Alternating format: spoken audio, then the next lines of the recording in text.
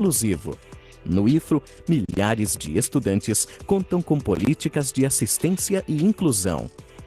O Instituto Federal de Rondônia não para. Somos referência na educação à distância, que nos permite levar ensino público e de qualidade a diversas regiões dentro e fora do estado. Hoje o IFRO é referência em AD e nós temos toda uma estrutura para desenvolver esse trabalho. E nós temos 2 estúdios com equipamentos completos para gravação, para transmissão de aulas ao vivo e para finalização e edição dessas aulas. A EAD do IFRO hoje, ela chega em todo o estado de Rondônia e também fora do estado, como a Amazônia Legal. Nós temos cursos que são transmitidos ao vivo em todo o estado e também fora do estado. Fazer a educação à distância é um desafio muito grande e complexo. No entanto, ela é muito gratificante, pois transforma a vida das pessoas por meio da educação pública e de qualidade. Prezamos pela formação científica e tecnológica, mas também social, cultural e esportiva. Anualmente, as ações de extensão e eventos realizados potencializam as capacidades da comunidade acadêmica. Ao mesmo tempo, o desenvolvimento de pesquisas no Instituto permitem avanços significativos com impacto dentro e fora do país. O IFRO tem parceria com várias empresas públicas e privadas e o aluno, então, faz o seu estágio ali, proporcionando a eles a oportunidade de vivenciar aquilo que ele estudou na teoria e preparar-se melhor para o mundo do trabalho. Fazermos projetos para a comunidade, e muitas vezes a comunidade não tem acesso, né, aos cursos, por exemplo, que nós damos, um acesso gratuito. Então, essa comunidade tem a possibilidade de fazer os cursos e participar dos projetos de uma forma gratuita. O projeto GoIFRO, desenvolvido aqui pelo campus Porto Velho Zona Norte, ele surgiu com esse intuito mesmo de provocar uma mudança nos alunos dos cursos concomitantes. Isso tem impacto diretamente na vida acadêmica deles, porque a partir do momento que esse projeto foi aplicado aqui no campus, nós percebemos um índice muito reduzido de alunos que desistiram do curso e também os alunos que vão para o conselho de classe, porque o projeto ele provoca não só o bom desempenho da turma, da equipe, da classe no projeto, mas também no rendimento escolar do seu curso. O IFRO cresceu em número de unidades. Hoje somos 10 unidades presenciais, crescemos na oferta de educação à distância, temos hoje parceria com todos os municípios do estado de Rondônia, podendo levar educação pública e gratuita a todas essas pessoas, independentemente do local onde elas estiverem. Investimos em infraestrutura, melhoria e ampliação da infraestrutura, equipar laboratórios e principalmente qualificar servidores em níveis de mestrado, doutorado, para que a gente pudesse responder a essa necessidade de formação de pessoas e desenvolvimento de tecnologia no estado de Rondônia e no Brasil.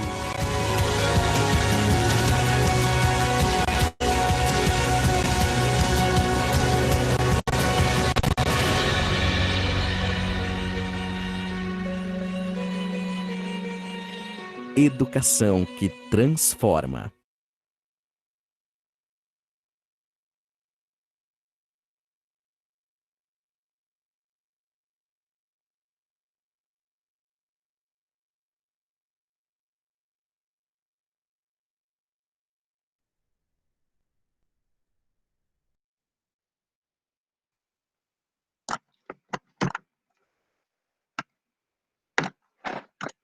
Boa noite, pessoal. Estão me ouvindo? Alguém dá um sinalzinho aí se estiver ouvindo? O som está tranquilo? Sim, Jacques, estamos ouvindo. Sim. Muito bem. Queria primeiro dar boa noite a todo mundo, a todos os presentes, todas as presentes também. Deixa eu finalizar aqui a apresentação. Ok? Meu nome é Jackson Mello, eu sou psicólogo do campus Porto Velho, Zona Norte, e vou ser o mediador dessa atividade, que é um relato de histórias de vida, mas antes disso eu queria falar que essa é uma das atividades da 8ª Semana de Educação para a Vida do campus Porto Velho, Zona Norte, né? E essa 8ª edição, ela visa envolver a comunidade escolar em discussões que gerem reflexões e atitudes frente aos desafios emergentes e relacionadas ao período de pandemia também. Ok? Queria saudar, em nome da coordenadora do evento, a Joelma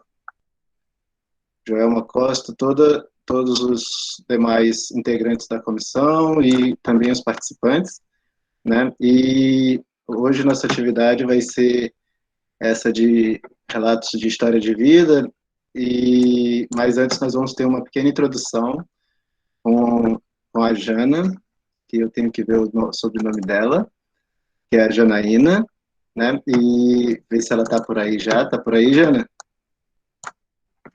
O pessoal que, enquanto tiver os relatos, nós convidamos 4 pessoas para fazer o relato para vocês, e vocês podem estar interagindo pelo chat, contribuindo, fazendo ali, comentando, né? E aí, após, eu vou ler aqueles que poderemos, todos que conseguir ler, eu vou ler, né, para a contribuição, e também, se alguém tiver alguma pergunta ou algo do tipo, depois eu repasso também. Tudo bem? Jana, tá por aí? Olá. Sim. Tudo bem, então eu vou repassar agora para a Jana, daqui a pouco eu retorno para repassar para quem vai fazer os relatos. A Jana vai fazer uma apresentação para nós, né, Jana? Fique à vontade. Então, primeiramente, gostaria de dar boa noite a todos, boa noite aos alunos, a todos que estão nos acompanhando, e me foi pedido, né, que eu trouxesse um poema que falasse sobre memória. Se vocês não estiverem me ouvindo, por favor, me avisem, tá? Que falasse sobre memória. Então, eu encontrei muitos poemas a respeito da temática. Se tivesse um pouco mais de tempo, acho que daria para ter feito, junto com o professor Silmar e com a Elaine, que escrevem poemas, assim como eu, né? Assim, como eu tinha bastante material, eu tive aquela tarefa de, e agora? Qual material que eu levo? Mas me tocou de trazer um trechinho desse livro aqui, né, que vai tocar sobre essa questão da memória, e que foi escrito, é o prefácio, né, do livro, um trecho do prefácio, que foi escrito pelo Daniel Munduruku. Não sei se vocês conhecem, né, um escritor, doutor Munduruku, que eu tive já a honra de conhecer, já se apresentou no campus Porto Velho Calama, e ele fala de uma forma extremamente poética a respeito da questão da lembrança, da memória, né? Porque quando se fala em lembranças e em memória, e em lembranças, nem sempre são lembranças doces, né? São lembranças prazerosas. Então, assim, vai para muitos campos, né? Vai para vários campos, mas eu achei bem interessante esse relato do Daniel a respeito da memória, que diz assim, tá? O caminho de volta. A memória é certamente a grande chave da descoberta de ser. Ela está sempre lá, pronta a nos lembrar nossa origem, nossas vertigens e outras paisagens que nos habitam. Ela é uma avó que nos faz observar a panela de barro apenas para nos lembrar quem somos e de onde viemos. Nos lembra, nos revela, nos motiva, nos provoca, nos incita. Resposta ela não dá, mas sabe atiçar curiosidade. Frutos da memória é o que somos. Ela guarda as histórias que nos dizem, falam de nós, ainda que não a reconheçamos. Mexe com o nosso imaginário até que digamos, afirmemos, aceitemos o ser. Ela não nos permite acomodar, menos ainda ignorar a roda da existência. Circularidade que nos provoca sermos o que sempre fomos, origem. Daniel também nos fala sobre um mergulho na memória, a fim de encontrar nossa ancestralidade, para nos ajudar a criar coragem, criarmos os nossos caminhos, aceitarmos o que há de originário em cada um de nós e fazermos o caminho de volta, da aceitação, do desprendimento, da ancestralidade. Memória também tem a ver com pertencimento, né? Com encontrar, por exemplo, quando você lembra, faz memória, você encontra muitas vezes quem já foi, mas que ficou de algum modo guardado dentro da gente. Então, eu separei bastante material, mas eu gostaria muito de ouvir também o que vocês têm a dizer nessa roda hoje, e eu fico por aqui por enquanto. Obrigada, pessoal.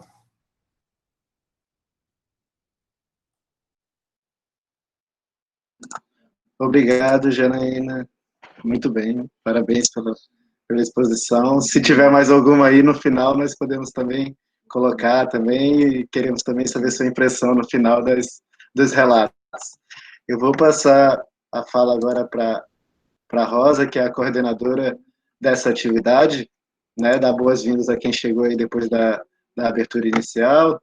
Nós não começamos ainda a atividade em si dos relatos, mas a Janaína já recitou uma fala para nós, né, sobre a temática, e agora eu vou pedir para a Rosa, que é quem está organizando essa atividade, fazer uma fala também de boas-vindas aí ao pessoal. Rosa? Boa noite Rosa Martins. Isso. Obrigada, Jackson. Como o Jackson falou, eu sou a Rosa, professora do campus Zona Norte, professora que está no campus Zona Norte, e no momento no Departamento de Apoio ao Ensino, igual a Janaína, trabalhamos juntas.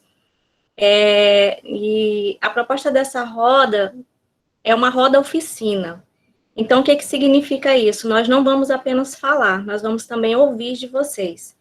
E o meu coração já bateu aqui quando Janaína recitou uma parte que fala que as nossas memórias, quando a gente traz na nossa vida, todas as pessoas que passaram por ela, pela nossa vida. Então, é um pouco do que a gente vai compartilhar com vocês. São pedaços de memórias, pedaços das nossas vidas, que nós vamos compartilhar com o único objetivo de trazer esperança para vocês, porque nós estamos numa semana de educação para a vida, e nada melhor do que compartilhar a nossa própria vida.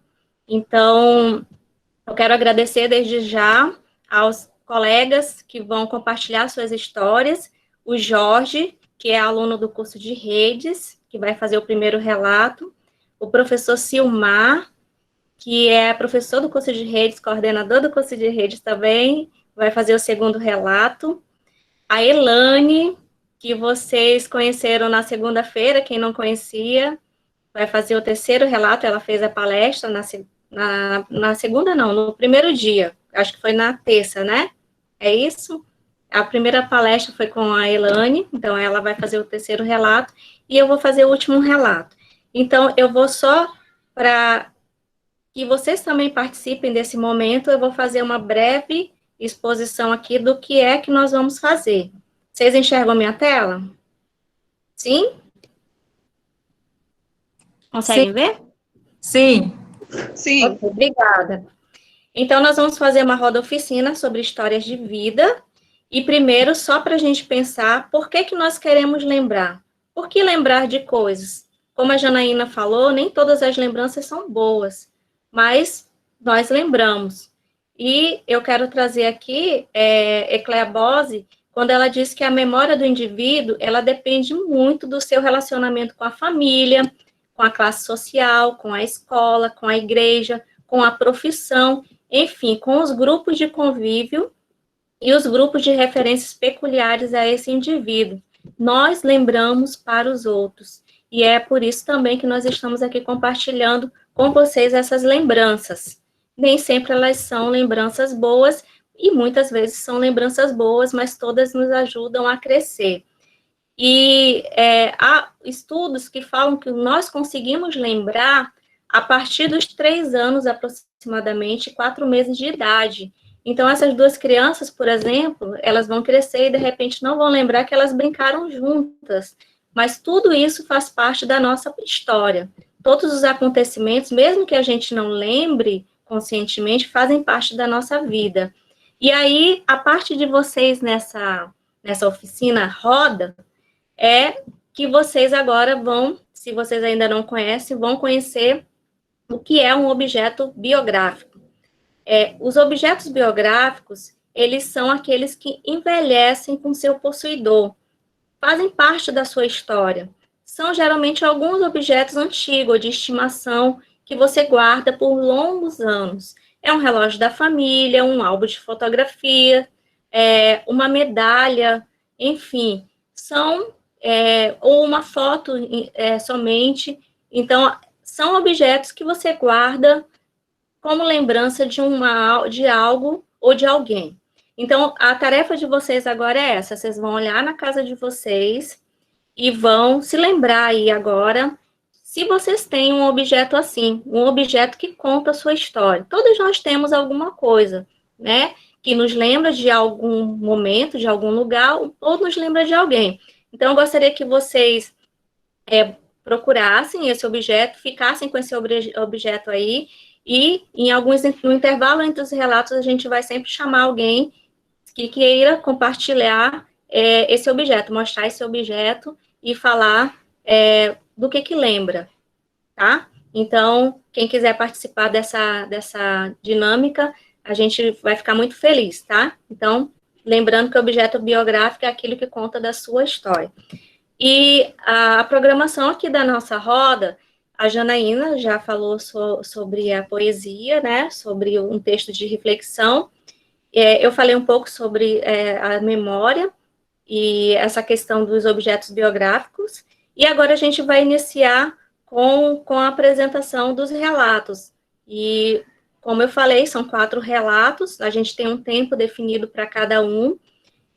A Janaína, quando estiver chegando no tempo limite, ela vai só nos lembrar, porque muitas vezes a gente se empolga, né, contando a história, e a ideia não é que a gente fique falando muito da gente, é que a gente fale algo, relate, compartilhe, e que vocês também possam interagir, ou no chat, ou também em algum momento falar. Então, por exemplo, o Jorge vai agora começar a fazer o seu relato.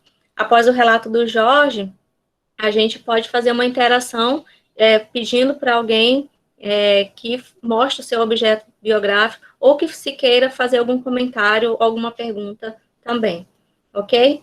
Então, eu vou passar agora para o Jackson, e que vai iniciar agora essa parte dos relatos. Obrigado, Rosa. Eu vou chamar o Jorge, ver se ele está por aí, para testar o microfone e tudo, e enquanto ele liga o microfone dele, eu vou agradecer a Tamires, a Geice e a Samara, que são as intérpretes que estão à disposição aí. Se alguém precisar, é só avisar elas que elas começam a interpretação, tá bom? Jorge, está me ouvindo? Estou. Muito bem, Jorge. Nós estamos ansiosos pelo seu relato, que é o primeiro. Fique à vontade. Eu queria agradecer já de antemão, porque é um compartilhamento até de coisas pessoais também, mas fique bem à vontade, tá bom? Pode começar, quando você quiser. Ok, Jackson. Obrigado. Em primeiro lugar, boa noite a todos. Eu vou falar a respeito do derrame que eu tive, no qual me deu algumas sequelas, na qual eu ainda sinto do lado direito.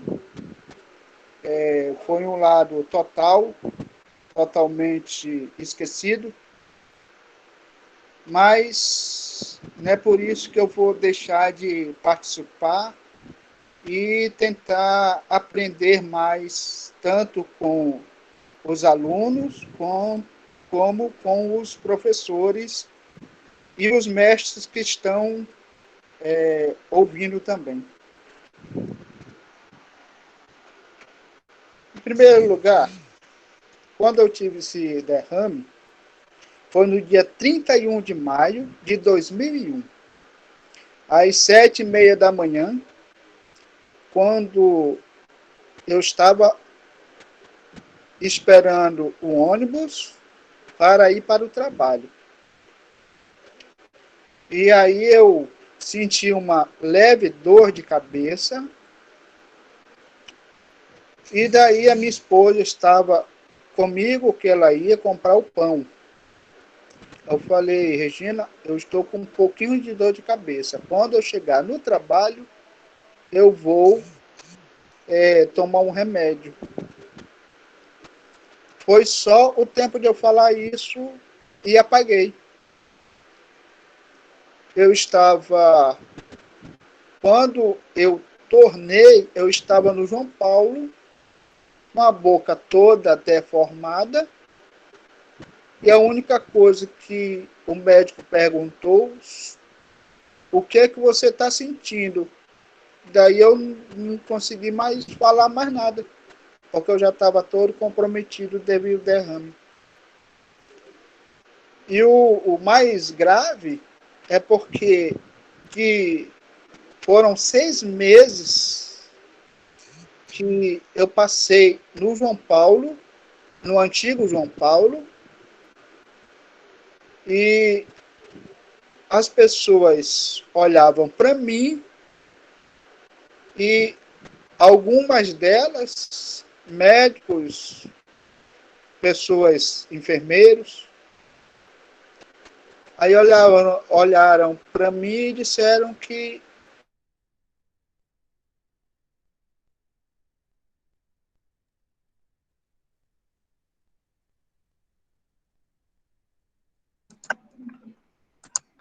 Aqui para mim deu uma travada.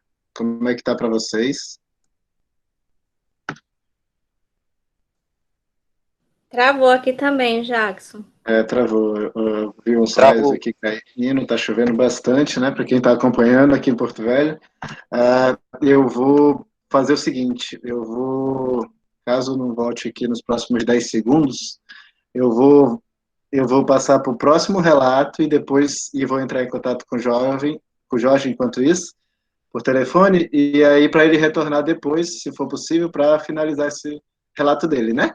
Para nós não perdermos essa oportunidade. Tudo bem? Ok? Então eu vou já abrir para o nosso próximo, ver se o nosso próximo colaborador está por aqui, né? Só um momentinho. Que é o professor Silmar Antônio Bush. Quem não está em Porto Velho, quem está acompanhando de outros lugares, em Porto Velho está caindo o céu praticamente desde das 4 horas. Ali tá bem escuro, está caindo bastante chuva e está indo embora a luz em vários lugares. Mas vamos tentar dar prosseguimento. Professor Silmar está por aí? Sim, estou por aqui. Professor, o senhor entendeu, né? O senhor pode fazer o seu relato normalmente, que aí eu vou entrar em contato com o Jorge para ver se eu consigo que ele retorne depois para finalizar o relato dele. Tudo bem? Tranquilo, tá ótimo. Fique à vontade. Boa noite para o senhor, seja bem-vindo. Obrigado. Boa noite, pessoal. É um prazer estar aqui. Agradeço muito o convite da professora Rosa, né? Muito legal. Eu queria muito ter ouvido a história, né? Eu conheço um pouco da história do Jorge, ele é aluno do nosso curso, e é sensacional, a superação dele é maravilhosa. Até fiquei meio assim da minha história, ficar depois da dele, porque a minha história não é tão complicada quanto a dele. A dele é uma história eu não diria nem de superação, é uma história de vitória, né? Mas assim, ele vai conseguir entrar e vai contar a história para vocês, né? É uma pessoa iluminada. Bem, eu vou falar um pouquinho de como que é a minha história, né? Eu não posso reclamar da minha infância. Eu tive uma infância bem bacana, né? A gente brincava na rua. Não tinha muito dinheiro, não tinha muita grana para gastar com as coisas, mas o básico a gente dava um jeito, né? Não faltava o basicão para gente. Então não tenho o que reclamar. E morava no Paraná, né? até os meus 10 anos, por aí. E a única coisa que eu lembro do Paraná é que eu estudava de manhã e para sair na época do inverno para ir para a escola, cara, aquilo era coisa de louco, não era coisa de humano, não. Mas assim, demais foi legal. E aí a gente veio para o interior de Rondônia, para Ariquemes, né, em 1974. Eu tinha em torno de 11 anos. E assim, meu pai tinha um sonho de lidar com terras, né, de trabalhar com terras. Aqui estava tendo o estado estava sendo desbravado ainda, né? E ele veio para cá no intuito de trabalhar com fazenda e tal, né, comprar umas terras. Mas não tinha terra, né? O que ele tinha era uma oficina que trouxe meu irmão tinha 17 anos e meu irmão tocava essa oficina, né? Era uma oficina de lanternagem. E eu tinha 11 anos, mas tinha que ajudar, né? Tinha que trabalhar. Cara, era muito complicado, né? Eu não sei se alguém aqui já trabalhou em oficina de lanternagem, né? Mas lá você faz de tudo, né? E quando você é badeco, né? Como a gente chama, como era chamado, aí que você faz tudo mesmo. O que eu mais lembro é que você lixar o chassi de um caminhão, bicho, tudo enferrujado, e lixar massa plástica, aquilo não é fácil não, viu? Mas tranquilo, né? Trabalhava com a família, eu estudava de manhã e trabalhava de tarde. Chegava do trabalho, almoçava, chegava da escola, almoçava e já ia trabalhar, né? E, e assim, para ser bem sincero, eu não gostava daquilo, né? Era um serviço que eu considerava duro, não era muito fácil para mim. Eu era uma criança, né? Só que, imagina, meu pai trabalhou, desde que ele se entende por gente, ele trabalhava na roça, trabalhava duro. Então, para eu dizer para o meu pai que aquilo era um serviço duro para mim, era uma coisa que não fazia sentido para ele. Então, meu amigo, tinha que meter a cara e trabalhar. Não tinha essa, não. E meu pai tinha uma ideia sobre profissão, né? Ele falava que todo homem tinha que ter uma profissão, né? Tinha que ser um profissional. E as profissões que existiam na época, né? Eram profissões, assim, consideradas braçais. Então, ele, assim, a ideia era que você fosse um mecânico, um carpinteiro, um marceneiro, coisa parecida, né? E, no meu caso, era trabalhar na oficina. O meu pai abominava quando a gente falava que vou trabalhar em outro lugar. Ele, não, filho meu não vai ter carteira assinada, né? Não vai ser empregado e tal. Então, assim, para tirar essa ideia da cabeça do meu pai foi um pouco complicado, né? E assim, eu comecei a ver que as pessoas que estudavam, que cursavam, que seguiam com seus estudos de forma correta e tal, né? Que chegavam talvez no nível superior, eu nem imaginava que ia chegar no nível superior naquela época. Eu via que essas pessoas tinham uma vida assim mais tranquila, né? E eu falei, cara, é isso que eu quero, né?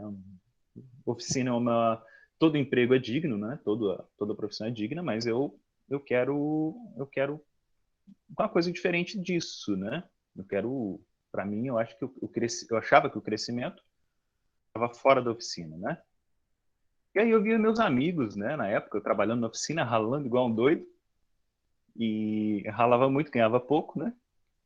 E eu via meus amigos trabalhando de office boy, né? Office boy era o emprego da molecada na época. E um dia eu falei pro meu pai que eu queria ser office boy, eu quase apanhei, né? Mas é assim mesmo. E eu continuei daquele jeito lá. Aí falei, bom, o que que eu preciso para mudar? Né? Eu quero mudar, mas o que que eu vou precisar? Eu sabia que tinha que fazer a tal da datilografia, né? Naquela época não tinha computador, né? Entregar a minha idade aí, mas não existia computador. Pelo menos não tão próximo, né? Eu fiz o curso de datilografia e tudo que era cursinho que aparecia, eu ia fazendo, né? Curso do Sebrae, do Senac, né? Tudo que era coisa eu ia fazendo. Pra vocês terem ideia, eu fiz curso de logística de comércio logística de comércio exterior, né? Parece inútil, mas me deu umas ideias muito legais. Então, assim, sempre tive essa ideia de que eu poderia vencer pelos estudos, né? Aí passou o tempo, né? Tava mais velhinho já, comecei a cursar informática, né? Pô, era novidade. Falei, vou cursar informática. E eu fiquei na oficina trabalhando até os 19 anos, né? E o meu ensino médio, acabei antes disso, né? Claro. Claro, ó, acabei com 17 anos, né? Na época certa, né? Fiz contabilidade. Pra vocês terem ideia, já tive até CRC, hein? Já fui contador. Na verdade, eu era contador de mentira, né? Porque não sabia fazer nada. Mas, assim, continuava na oficina. E aí, com os contatos e tal, um dia eu fui indicado para trabalhar no escritório. E aí, pessoal, começa a razão de eu contar essa história.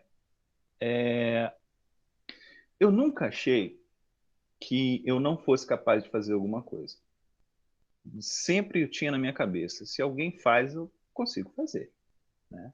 Estudo um pouquinho, vou lá e faço. E aí teve entrevista. Aí o dono do escritório de contabilidade perguntou se eu conhecia contabilidade. Cara, o ensino que eu tive de contabilidade era muito fraco, né? Eu não sabia fechar um balanço,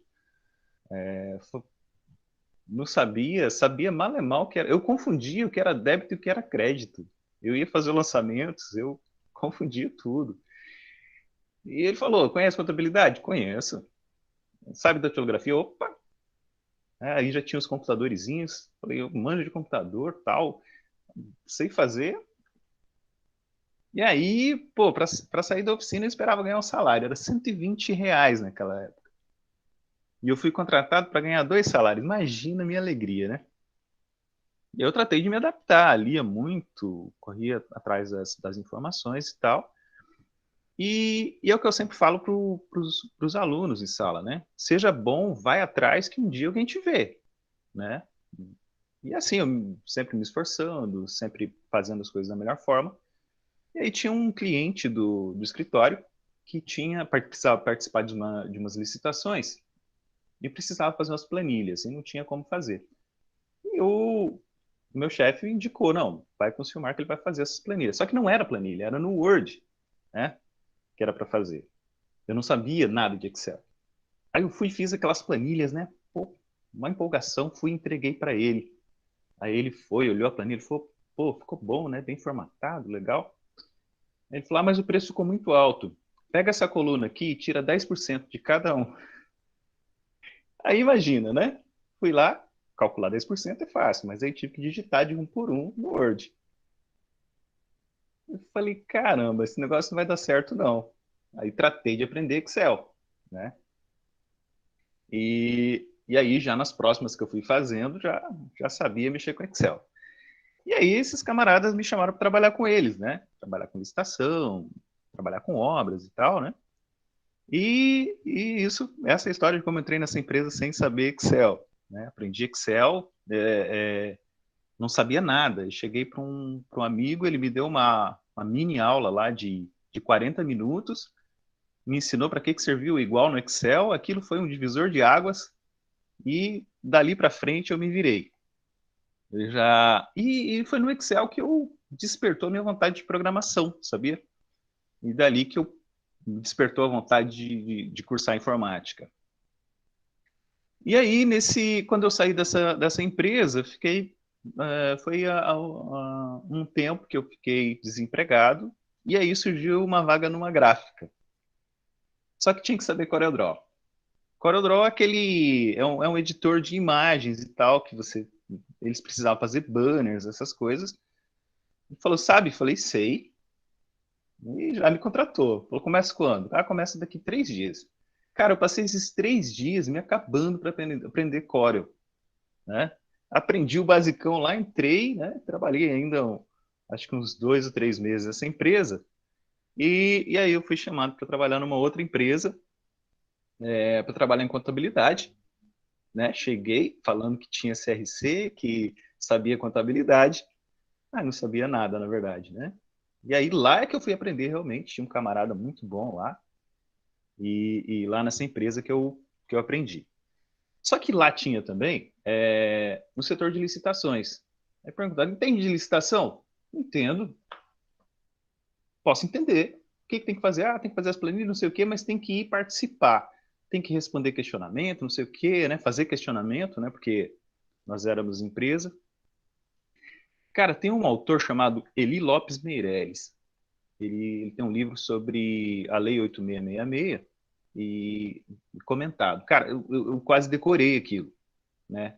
Em poucos meses, assim. Então, teve uma época que eu já respondia fazia os questionamentos a CPLs e a advogada da empresa praticamente só assinava, não fazia mais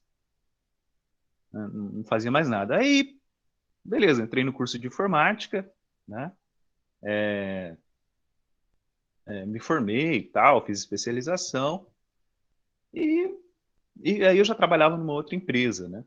Essa empresa não teve muita...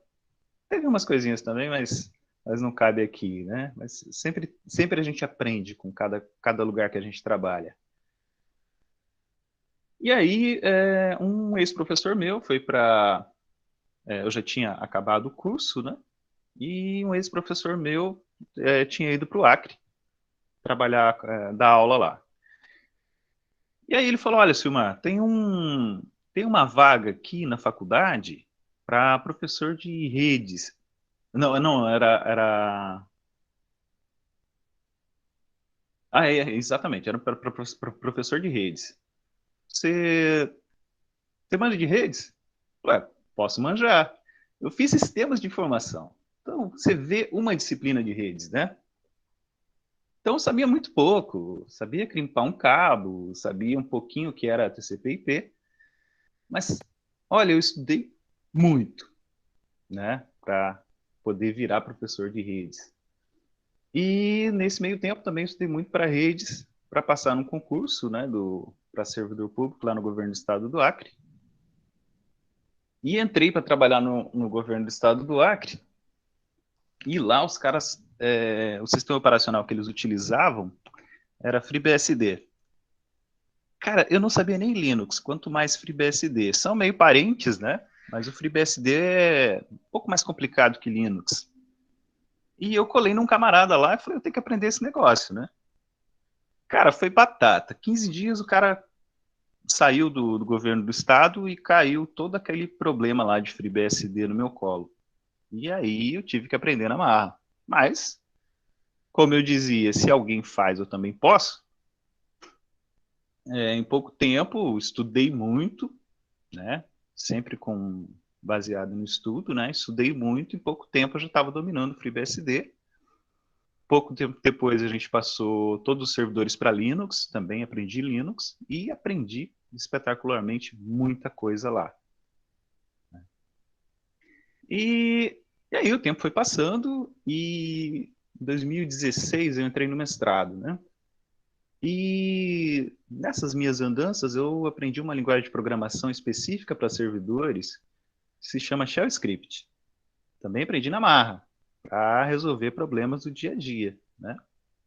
Não tinha como resolver, eu resolvi em Shell Script. E eu queria fazer o meu trabalho de mestrado baseado em Shell Scripts. Mas a minha professora chegou e falou, não, eu quero que você faça na linguagem Python.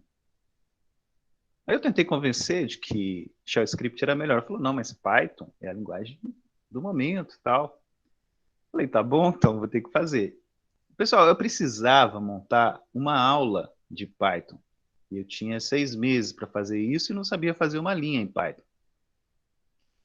Aí meti a cara, aprendi Python em, acho que 1 mês e meio. Eu aprendi Python e em 2 meses eu já estava fazendo as minhas aulas já para dar aula de Python. Lembrando, sempre com muito estudo, muita dedicação, né? Minha esposa que sabe o tanto que eu entrava nos livros, o tanto que ela teve que ter muita paciência comigo, sabe? Porque eu hibernava na frente dos livros, eu virava noite estudando e tal. Então, assim, consigo fazer. Me dá um tempinho que eu faço, né? Então, assim, não é a soberba, né? Mas é tipo uma filosofia de vida. Se alguém pode fazer, eu posso também. Aqui em casa, quem faz os concertos de tudo, quem arruma as coisas sou eu. Esses dias precisava consertar uma parede ali. Eu fui lá e consertei a parede. Nunca tinha visto como é que você fazia para mexer com alvenaria, nem nada. Mas assim, a vida é assim, da gente ver a dificuldade, ir lá e aprender. A gente não pode esperar que alguém vai chegar e falar, não, Silmar, olha só, eu vou te ensinar como é que você vai fazer isso, né? Vou te arrumar um curso para você trabalhar. Acabando meu tempo, professora? Tá, eu já estou acabando aqui. Então assim, até agora, pessoal, essa filosofia deu certo. Eu tento pregar isso, vou tentar colocar isso para os meus filhos, né? E vamos ver se eles pegam essa filosofia também. Então, assim, hoje eu posso dizer que eu sou realizado profissionalmente, tenho uma esposa maravilhosa que me atura há tanto tempo e atura as minhas loucuras e os meus estudos, quantas e quantas noites eu virei estudando, e ela sempre foi muito paciente comigo, né?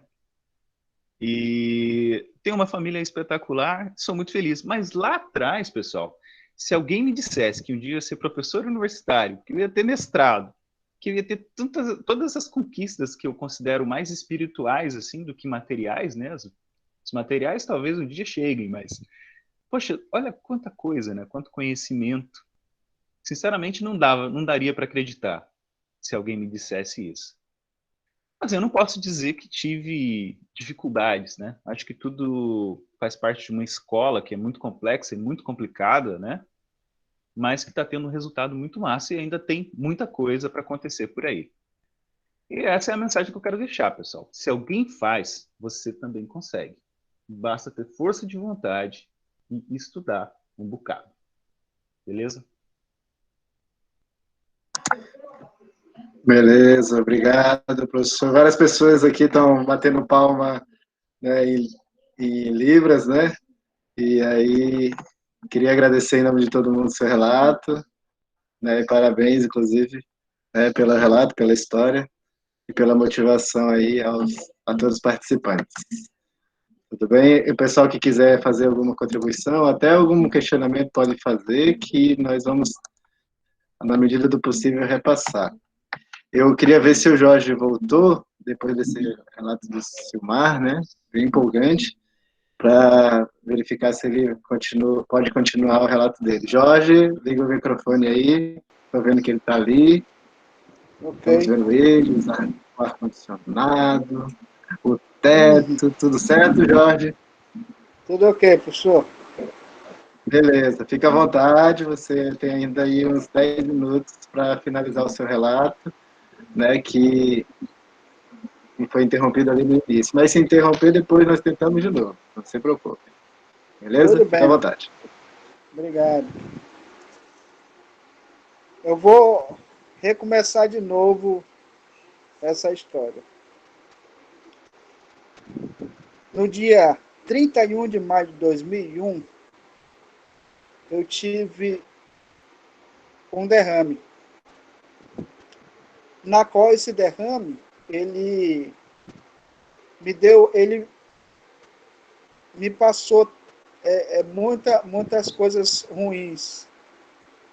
Eu estava saindo para o trabalho, minha esposa estava na parada, ela ia comprar o pão e eu estava indo para o trabalho. Na época eu estava trabalhando na Teleredes. E aí eu senti uma leve dor de cabeça. E eu falei para minha esposa, assim que eu chegar no trabalho, eu vou tomar um remédio. Eu apaguei. Eu acordei no João Paulo, já sem fala, né? Tentando falar alguma coisa, não conseguia. O médico perguntou o que eu estava sentindo, eu já não pude mais responder para ele, né? E aí eu apaguei de novo, daí começou essa história trágica, né? Que foi, eu passei 6 meses no João Paulo, no antigo João Paulo, passei 3 meses, 3 meses não, 6 meses tentando me readaptar, não tinha lembrança nenhuma. As minhas lembranças hoje são de 2001 para cá, de 2001 para trás eu não tenho lembrança, tem de vez em quando tem um flash, mas esse flash também ele não me ajuda praticamente nada, porque é como se eu tentasse lembrar alguma coisa, mas devido os remédios que eu já tomei também contribuíram bastante, mas graças a Deus, depois que eu comecei a ser medicado, aí eu comecei realmente a me sentir, não bem, mas um pouquinho melhor. Então, hoje, eu posso dizer que eu tenho uma vida mais ou menos acentuada, porque eu não posso dizer que eu tenho uma vida bem, mas hoje eu tenho uma vida, graças a Deus, bem, apesar de ter tido esse derrame, mas hoje eu posso dizer que eu tenho colegas, tenho professores maravilhosos. O professor Silmar é uma das pessoas maravilhosas que eu encontrei. A Joelma é outra maravilhosa.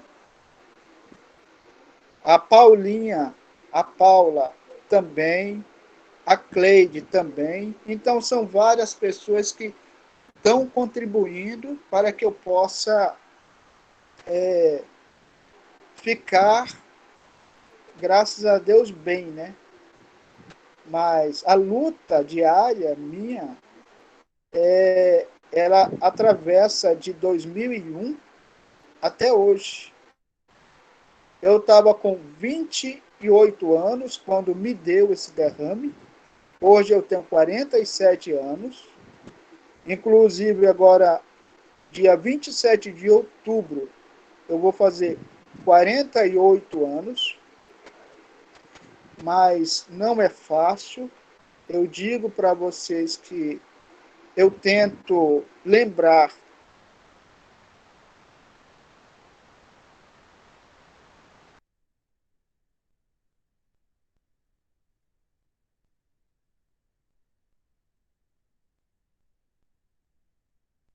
Caiu a conexão, será? Acredito que caiu novamente. Ele está falando mais ali, pelo que eu percebi, ele parou ali nos momentos mais das dificuldades que ele vem enfrentando, né? Eu vou entrar em contato de novo com ele para ver se nós conseguimos restabelecer. E, enquanto isso, vou Ele está onde passar para novo? Voltou, parece. Jorge, está por aí? Vamos ver. Jorge? Aqui ele está aparecendo também, mas não está travado. E aí eu vou ter que passar para o próximo, até por conta de... Porque pode demorar um pouquinho para ele retornar, né? Pedir desculpas aí aos que estão assistindo, mas acontecem essas questões, né? Então nós vamos partir para o nosso próximo relato de história de vida, que é da Elaine Marcia Souza. Vou saudar a Elaine, que é técnica administrativa do IFRO. Elaine, está por aí? Estou aqui. Tudo bem? Liga seu... Bom revê-la. Como é que está? A Elaine, que já atuou no nosso campus do Porto Velho, Zona Norte, vai se apresentar um pouquinho e vamos conhecer um pouco mais da sua história. Tudo bem, Elaine? Tudo bom, Jackson. Boa noite, pessoal. Um prazer estar aqui com vocês. Eu vim compartilhar um pouquinho... Obrigada. Eu vim compartilhar um pouquinho da minha história de violência doméstica. Difícil isso. Eu sei que ia ser mais fácil, mas tudo bem. Eu sou a quinta de uma prole de 7 mulheres. Meus pais tiveram 7 mulheres, 7 filhas. E eu sou a quinta. E eu cresci ouvindo mamãe dizer que casamento é para a vida toda. E que cabe à mulher a responsabilidade de fazer com que esse casamento dê certo. Eu cresci ouvindo isso. E eu tive uma experiência boa, né, um bom exemplo de casamento feliz, que são dos meus pais, né? Quando a minha mãe faleceu, eles já iam fazer 50 anos de casados. Então, eu tive uma boa experiência. Não estava dando certo, para mim dava certo.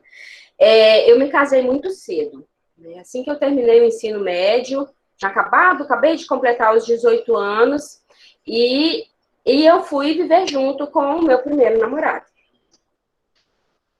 E uma das primeiras coisas que aconteceu foi o fato de eu ter me afastado da minha família, né?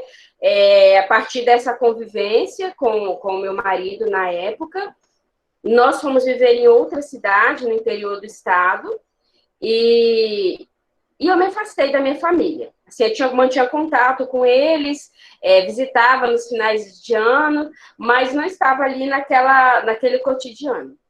E desde muito cedo, quando iniciou minha união, eu já comecei a conviver com a violência doméstica, mesmo sem saber que eu estava sofrendo violência doméstica. Meu marido, na época, ele era alcoólatra e era muito complicado, né? Então, eu sempre trabalhei. Desde os meus 15 anos de idade, eu sempre trabalhei e de carteira assinada, viu? Só para aposentar. Então, eu sempre fui responsável pela minha casa.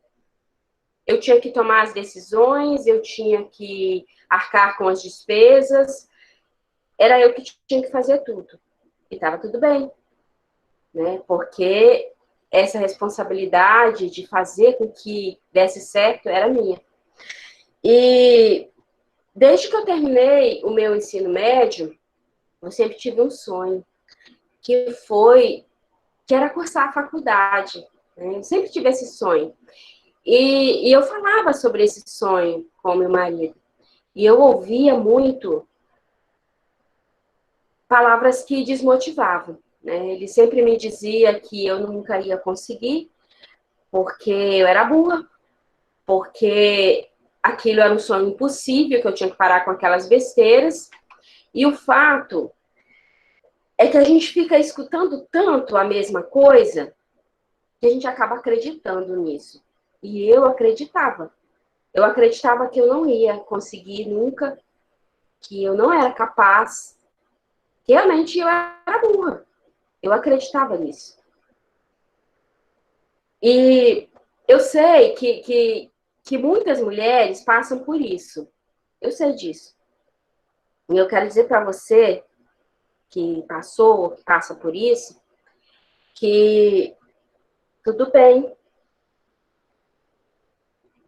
A gente não enxergar de imediato. Porque a gente não enxerga, viu, gente?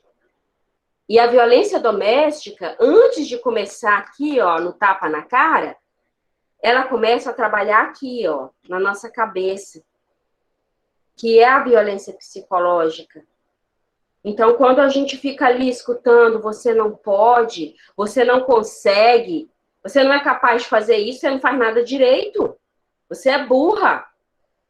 A gente acredita que aquilo ali que a gente está ouvindo é verdade. E eu acreditava nisso.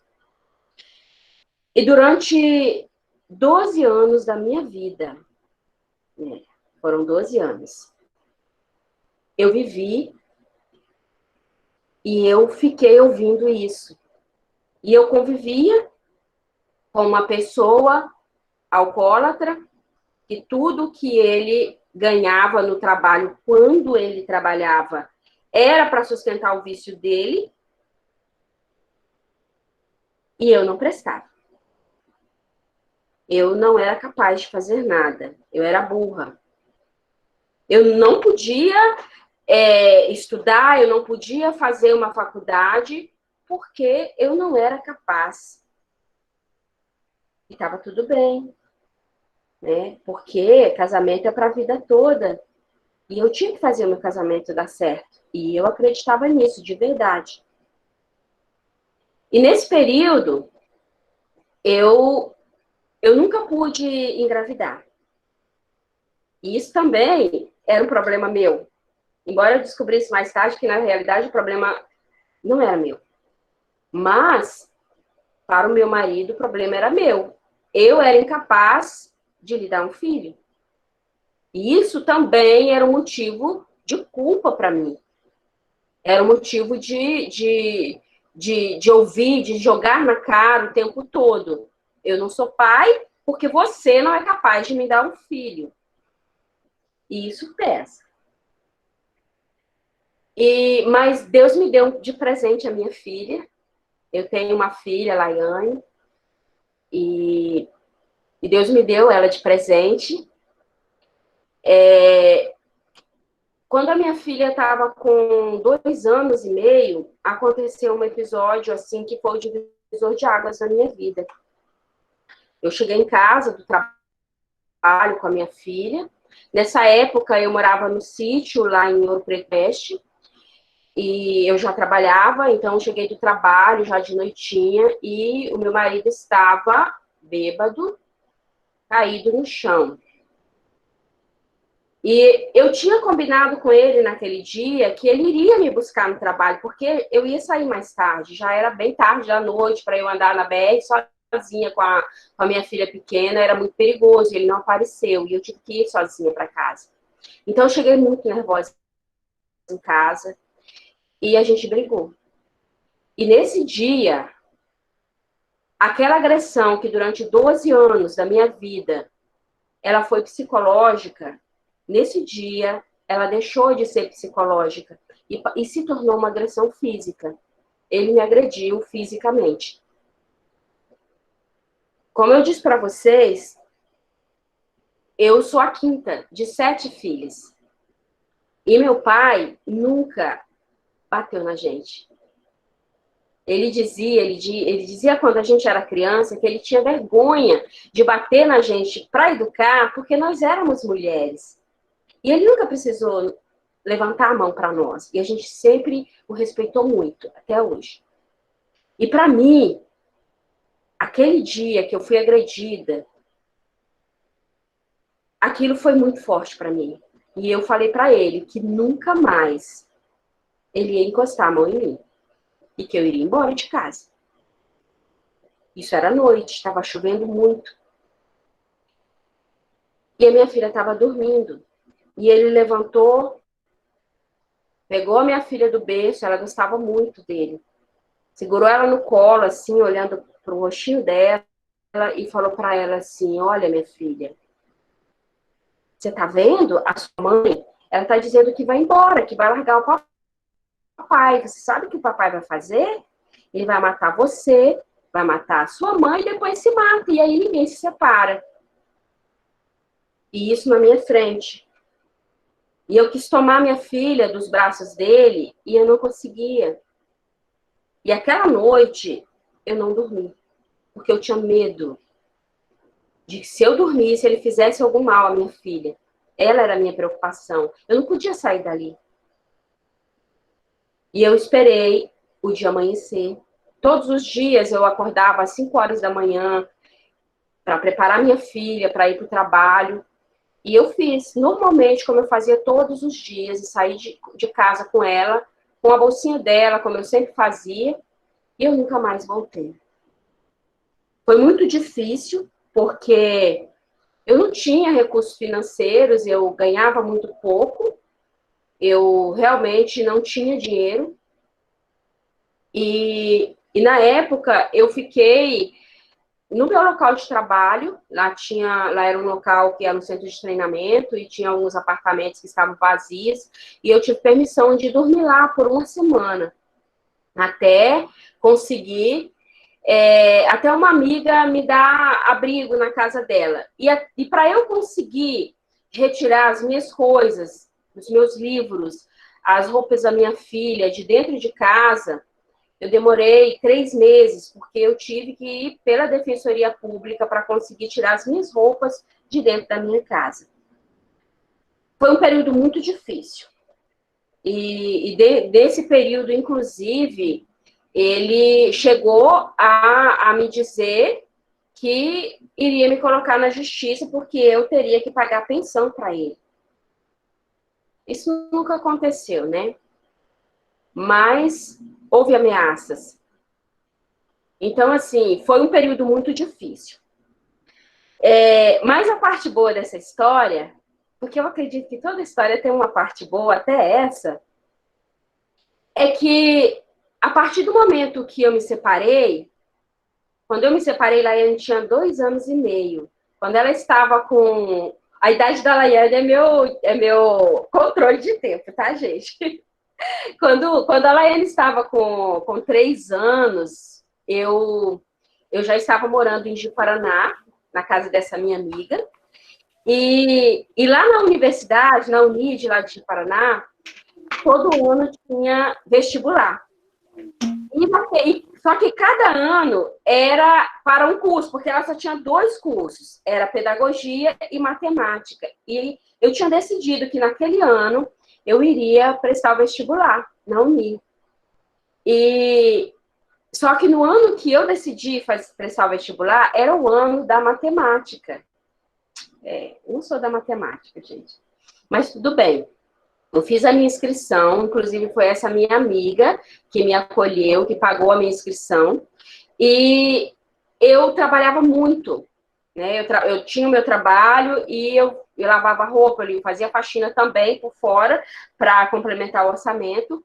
E acabou que eu não estudei.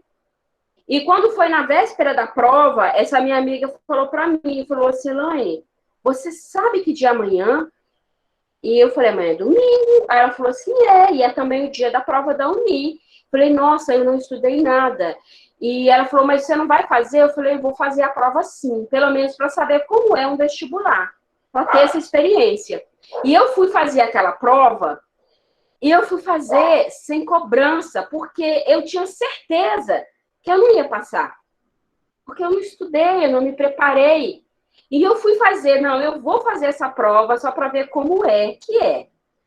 E quando eu olhei aquela prova, que por tantos anos eu tive tanto medo dela, eu ri sozinha, porque eu sabia muita coisa do que estava ali. Tanto que eu consegui passar no vestibular. Não foi uma nota assim, uau, que notaço, mas eu consegui a vaga, né? Comecei a cursar matemática e não terminei, tá, gente? Porque não era para mim matemática, não rolou. Mas eu não parei.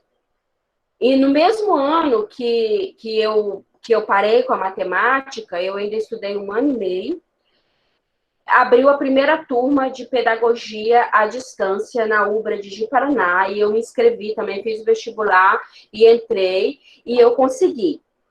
E a partir daí, eu não parei. E assim, o que eu quero compartilhar para vocês dessa minha história é que, primeiro, principalmente para você que passa, o que tem passado por esse processo, por essa violência, que muitas vezes ela não é física, ela não dói aqui na pele, não. Ela não machuca a tua carne, mas ela machuca o teu interior. E às vezes é muito pior. Não deixe isso acontecer. Acredita que você pode sim. Então, quando alguém disser para você que você é burra, que você não consegue, que você não vai dar conta, prova para você mesmo que você dá conta sim. Que você pode sim. Porque eu consegui. Eu pude. Eu descobri, foi ali, na raça, que eu dava conta sim. E você também pode dar conta, você também pode conseguir. Então, assim, eu sei que muitas vezes, para quem está de fora, é fácil olhar e dizer assim, eu já ouvi várias pessoas me dizer assim, mas por que você aguentou 12 anos? Cada um tem a sua história. E eu acreditava que eu tinha que fazer meu casamento dar certo, custe o que custar, doa a quem doer, mas estava doendo era em mim, estava custando era para mim. E até o momento, eu digo que aquele tapa que eu levei aqui na minha cara foi o divisor de águas na minha vida, porque foi ele que me acordou. Meu pai nunca levantou a mão para mim. Então, naquele momento que aquele homem levantou a mão para mim, eu entendi que eu não tinha não que continuar com aquele casamento. Não vale a pena. Só vale a pena se você estiver bem. Hoje, quando eu olho meu álbum de fotografia de família, porque sim, eu guardo algumas fotos. Porque tem pessoas daquele momento da minha vida que me são caras até hoje. Mas quando eu olho o meu álbum de fotos daquele tempo, eu sou uma pessoa triste naquelas fotos. Eu não sorria, porque eu não tinha alegria de viver. Então, hoje eu sou uma pessoa liberta. E hoje eu não permito que ninguém aponte o dedinho na minha cara e venha me dizer que eu não posso. Porque eu posso. E eu quero dizer para você, se você estiver passando por isso, faz isso, dá um basta. Porque você pode sim mudar a sua realidade, tá bom? Essa é a minha história de vida. E eu espero ter contribuído um pouquinho assim para você. Não permita que ninguém diga que você não é capaz. Não permita que ninguém subjugue você. Não permita que ninguém te violente, nem psicológica, nem fisicamente, nem de nenhuma outra maneira. Tá bom? Se respeite, se ame acima de tudo. É isso que eu tenho para dizer. Obrigado, Elaine. Tem várias pessoas aí também aplaudindo aí em Libras. Queria agradecer seu relato, a sua disposição de compartilhar com todos um pouquinho da sua história, que tem até uma certa força, um certo peso. Estou vendo que você se emocionou um pouco agora no final também. Eu sou suspeito para falar de você, que eu já sou seu fã, trabalhei com você. Você sabe que todos que trabalharam com você no Campus Zona Norte gostam muito de você. Você pode ver ali os relatos no chat, que tem alguns relatos compartilhando também algumas experiências e principalmente dando parabéns para a sua história, que com certeza tocou todos nós, de formas diferentes aí, mas com certeza nos mobilizando até para essa temática também, para pensar aí como superar as nossas dificuldades e não deixar que nos subjuguem, né, que não nos deixar levar por essas avaliações negativas que às vezes até nós mesmos vamos introjetando, né? Obrigado, Elaine. Um grande abraço aí em nome de todo mundo. Obrigada. Obrigado. A coordenação pediu para eu fazer aqui uma solicitação aos participantes, que ver se alguém separou o objeto biográfico, e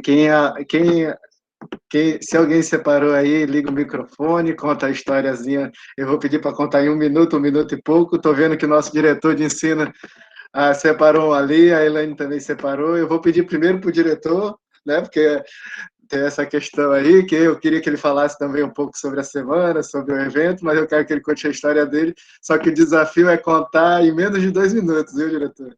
O Walderson, o doutor Walderson, fique à vontade. Todo mundo sabe que eu tenho um problema com isso, né? Que eu Aí começo você pode a falar e já não paro falar um mais. pouquinho da semana aí, dar os parabéns pela semana. Tá? Boa Porque noite, nós vamos... pessoal. Hoje é o nosso último dia da Semana de Educação para a Vida. Nós estamos todos muito felizes com o resultado do trabalho aqui. Foram momentos maravilhosos. Todas as lives, né, com uma excelente participação de público, de vocês, alunos, né, pessoas de outras organizações. A gente ficou muito, muito feliz mesmo com esse retorno, né, porque a gente se esforça e faz as coisas pensando em como que vocês vão receber isso e como que vocês vão aproveitar isso da melhor maneira. E a gente tem recebido feedbacks assim muito positivos, né, muito bons. E isso nos dá ânimo, né, para seguirmos e para continuarmos propondo outras ações e pensarmos, inclusive, na programação do ano que vem e já vamos avançando nisso. Eu queria, nesse momento, agradecer imensamente a todo mundo que colaborou com a semana, né, da nossa comissão organizadora, presidido pela Joelma, todas as pessoas que contribuíram conosco, conduzindo algum tipo de live, algum tipo de ação, né? Nós temos colegas de outras unidades, que é o caso da Elaine, por exemplo, muito obrigado. Nós temos colegas de outras organizações, né, que estiveram conosco ao longo desses 3 dias. E a gente nunca faz nada sozinho, né? A verdade é essa, nem como pessoas, nem como organização. O IFRO depende muito dessas parcerias, desse contato, né, desse apoio das outras organizações, e a gente acredita que com essa relação sendo construída é que a gente vai aprendendo mais e que a gente vai construindo também a nossa história em conjunto com essas outras organizações do Estado e com esses outros profissionais. Eu vou mostrar aqui meu item biográfico. Eu não sei se vocês conseguem enxergar o que está escrito aqui. É um azulejo, né? Um azulejo desses de souvenir que a gente compra em viagens. Esse azulejo é de João Pessoa, né? A minha família, eu sou acriano, né? Para quem já me conhece sabe, mas a minha família tem bases na Paraíba, né? E esse azulejo ele tem uma memória afetiva muito bonita assim para mim, né? Porque foi a primeira viagem que nós fizemos em família para João Pessoa, né? Foi toda a família junto e a minha família é muito grande, então vocês imaginam a algazarra que não foi. E foi a primeira viagem em família que fizemos todos juntos. Esse azulejo tem o brasão da minha família e o meu sobrenome gravado aqui. E foi feito por um artesão lá de João Pessoa. Então é um item que eu tenho com muito carinho na minha casa, né? Fica guardadinho aqui. E é um prazer poder compartilhar com vocês também. Obrigado, Jackson. Retorno a palavra aí. Obrigado, professor, pelo compartilhamento. Até fiquei aqui com uma certa inveja em relação ao brasão, que eu não tenho nenhum brasão assim da família, não. Estou pensando até em botar um pacu, um tomatá, com alguma coisa Então, aqui, que eu penso mais de peixe. não, se você for... eu não sei exatamente se o brasão é o brasão da família, né? Porque quando você vai nesses lugares, eles fazem uma busca, assim, pelo seu sobrenome e tal. Então, o meu sobrenome tem origem portuguesa, dos meus tataravôs, né, que vieram aí nos navios de lá. Então, o sobrenome tem origem portuguesa e nesse resgate histórico é que se chegou nesse brasão aqui, né? Mas não é o brasão, assim, que a gente tenha por hábito utilizar na família, né? Mas é um brasão que a gente reconheceu aí e tem com muito carinho agora. Beleza, obrigado, professor, pelo compartilhamento. Depois nós vamos abrir para novos itens aí. Eu vou agora retornar para o Jorge, que está de novo conectado conosco. Jorge, está me ouvindo? O aluno Jorge iniciou já seu relato, mas foi interrompido 2 vezes pela conexão, eu acredito. Mas eu tenho certeza, e pelo que eu acompanhei, esse pequeno problema não é nada em relação à superação dele, inclusive no curso, né, Jorge? Você tem ainda 4 minutos para finalizar seu relato. Você estava falando das dificuldades ali que você estava enfrentando inicialmente, né? Fica à vontade, Jorge. Ok, Jacques, obrigado. Como eu estava falando, foram, assim, 6 meses que eu tive, né? Mas hoje, graças a Deus, eu sou evangélico e procuro orientar pessoas que busquem também a Deus, né? Mas hoje, no meu ver, a gente tem que superar as batalhas que vêm do dia a dia. Porque essas batalhas que a gente consegue galgar, elas também ajudam a buscar elementos maiores. Talvez a gente busque também a compreensão de pessoas, porque Deus ele quer que vivamos bem nessa terra e também quando partirmos para o céu. Mas eu digo para cada um de vocês que nós somos pessoas que temos falhas, temos lutas do dia a dia, mas sabemos também que vamos vencer todas elas, porque através da batalha, através do esforço, através da conquista, é que vamos alcançar as metas. Hoje eu estou... Coisa que eu mais queria era passar para fazer redes de computadores, e graças a Deus, hoje eu estou fazendo redes de computadores.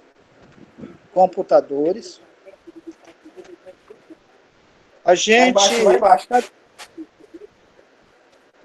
gente a cada dia alcança um pouquinho mais. A gente alcança cada dia mais um pouco as batalhas do dia a dia. E uma dessas batalhas que eu consegui foi fazer com que eu estava fazendo curso de capacitação. Hoje, graças a Deus, eu estou fazendo rede de computadores, um pouco mais avançado. E só tenho que agradecer aos professores, que são os mestres que a gente tem, né? O professor Silmar, o professor Jordano, o professor... são tantos professores que a gente tem que eu não posso nem citar, assim, o que cada um deles já contribuíram para que eu pudesse fazer com que as batalhas do dia a dia fossem alcançadas. E hoje, graças a Deus, eu tenho a certeza que hoje eu vou mais um pouco para frente. E isso é a minha história. Graças a Deus, eu só tenho que agradecer, em primeiro lugar, a Deus, segundo, os mestres que temos, e ao professor Jackson,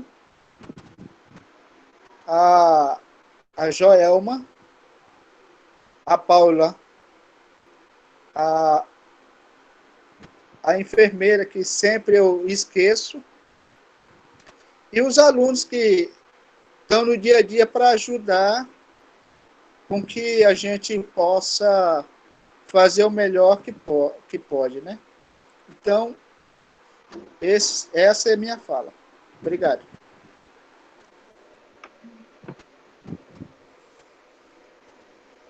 Muito bem, Jorge. Parabéns pelo relato. Todos que convivem com você e que tentaram contribuir de alguma forma, falo em nome da equipe da CAED, com certeza também aprenderam muito, né, com você nesse período, em relação à superação. Você está no seu segundo curso no nosso campus.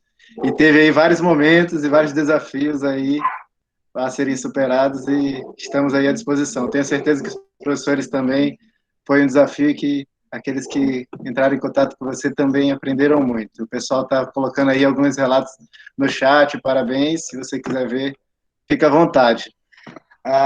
Pessoal, nós vamos abrir para mais um objeto, antes do próximo relato, ainda temos 2 relatos, tá? Foi incluído mais um aqui pela coordenação da atividade, e então, a Elaine, que tinha mostrado o objeto, depois do próximo relato, nós abrimos de novo para o aluno que tem algum objeto. Elaine, fica à vontade, você tem 2 minutos para contar a história do seu objeto.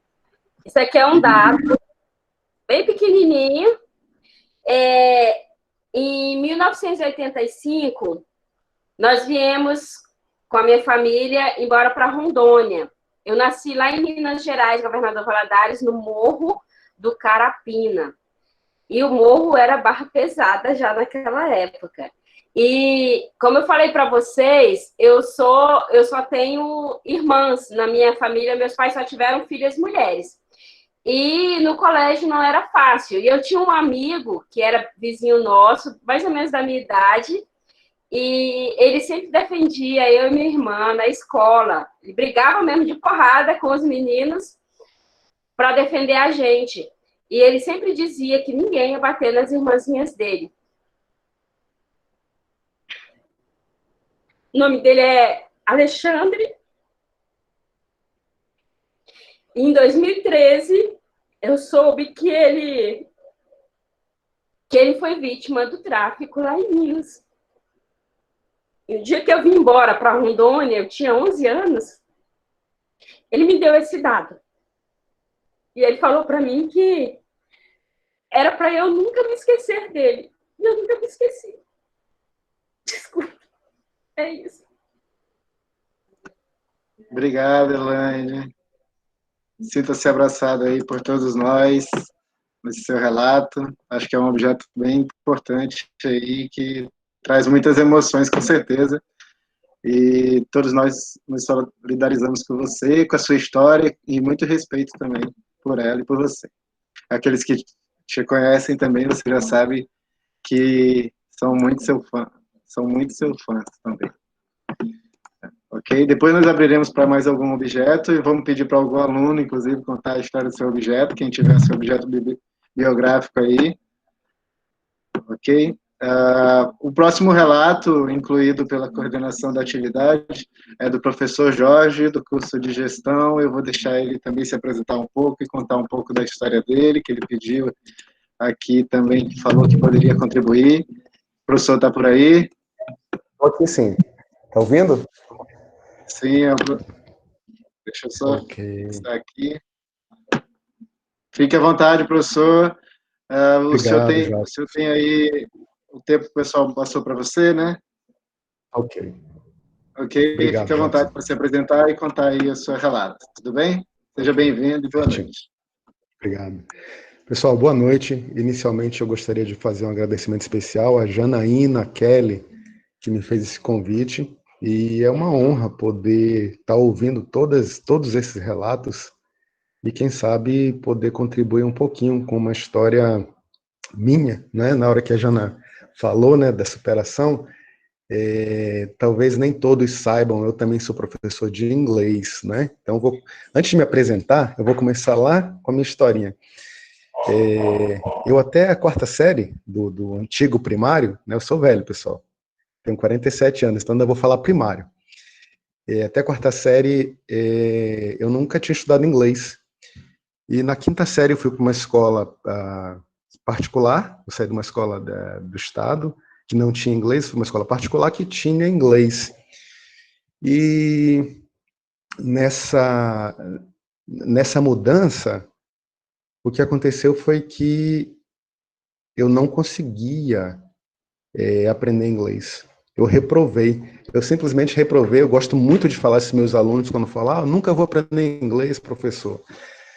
Eu reprovei 2 anos. E nesses 2 anos, inglês estava envolvido.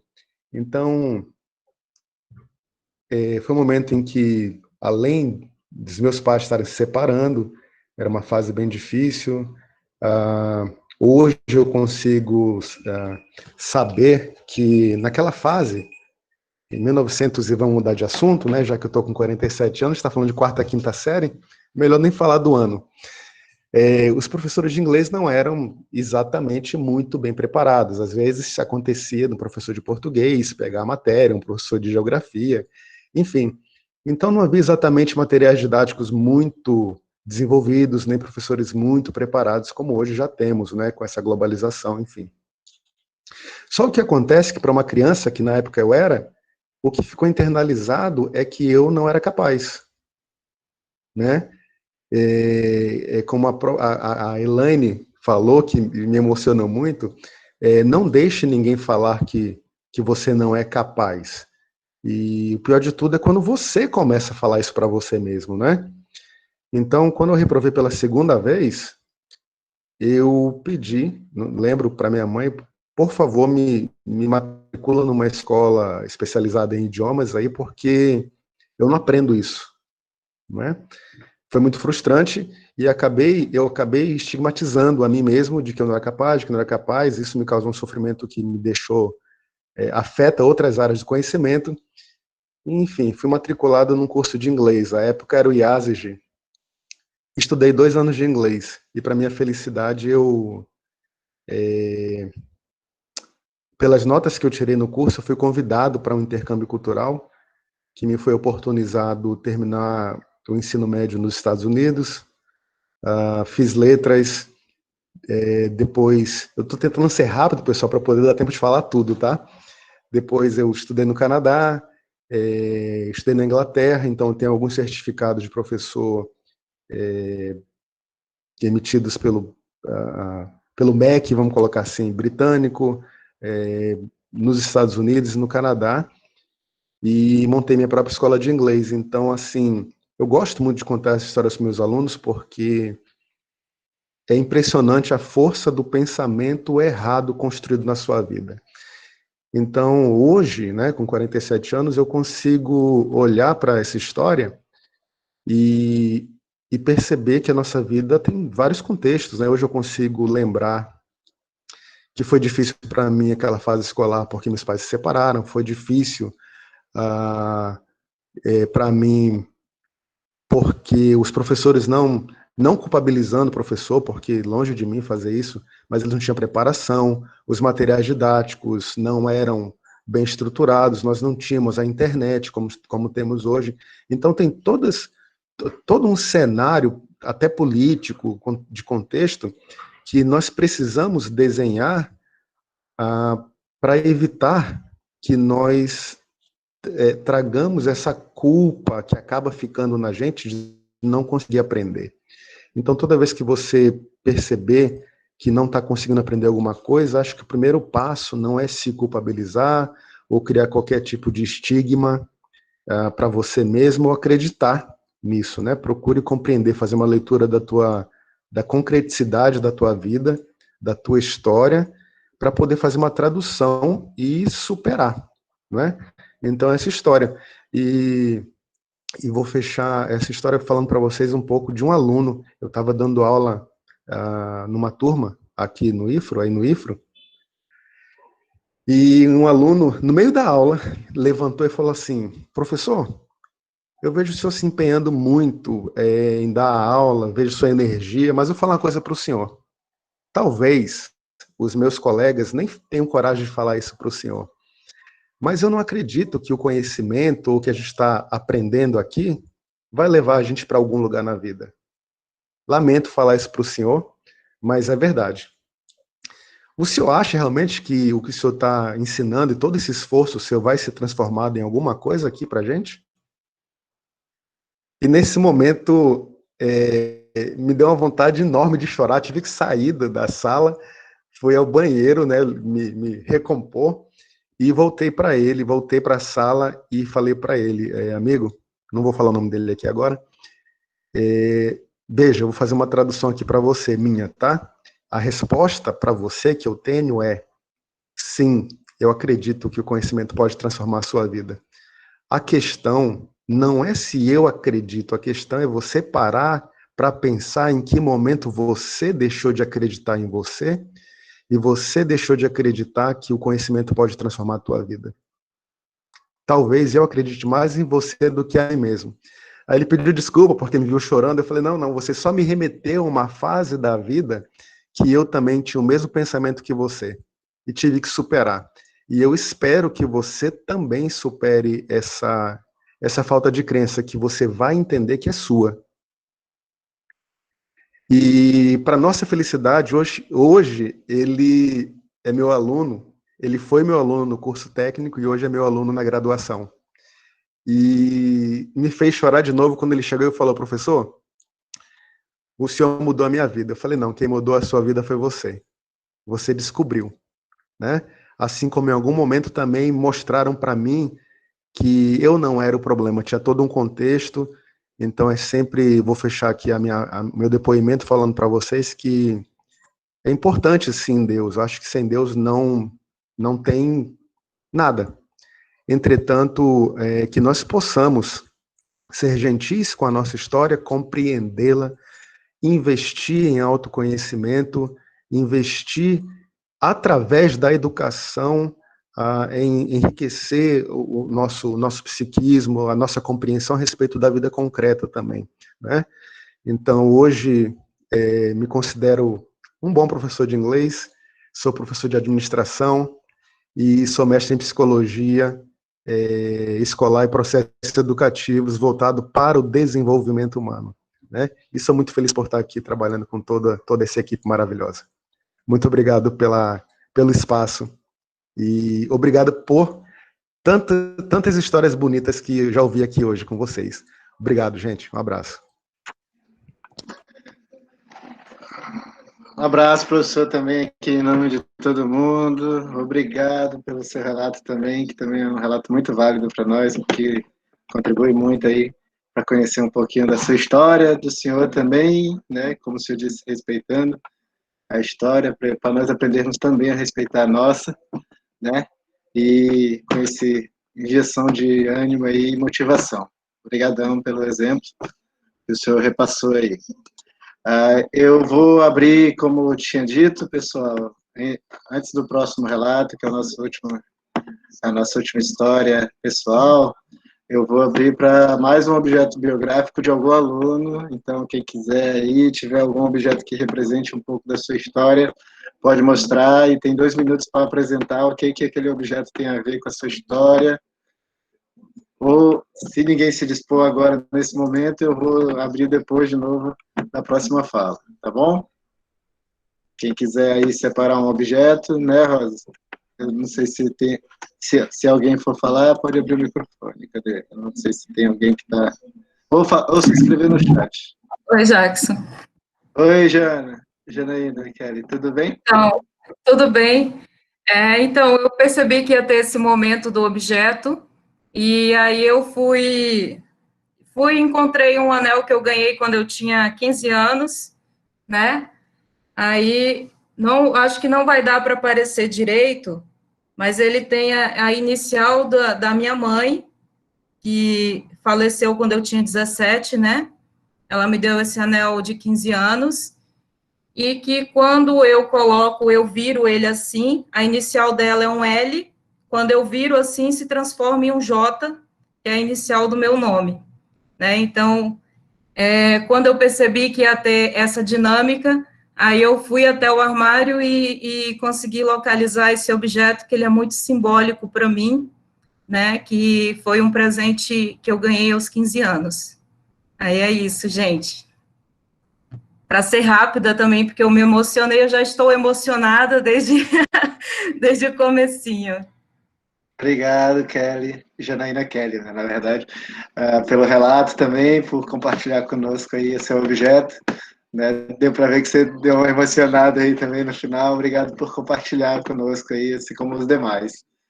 Agora estamos indo aí para a fase final da nossa atividade, né, que está muito boa, já teve gente falando aqui que tinha que ter mais, né, depois vamos conversar sobre isso, com o diretor de ensino, inclusive, né, e então eu vou passar para a Rosa, que foi quem pensou essa atividade desse jeito, dar parabéns para ela, né, e que também vai compartilhar conosco um pouco da sua história aí de vida, Então, vou abrir o microfone para ela e depois a Janaína Kelly vai retornar, junto com a Elaine ainda, que vai também citar uma poesia para nós ao final.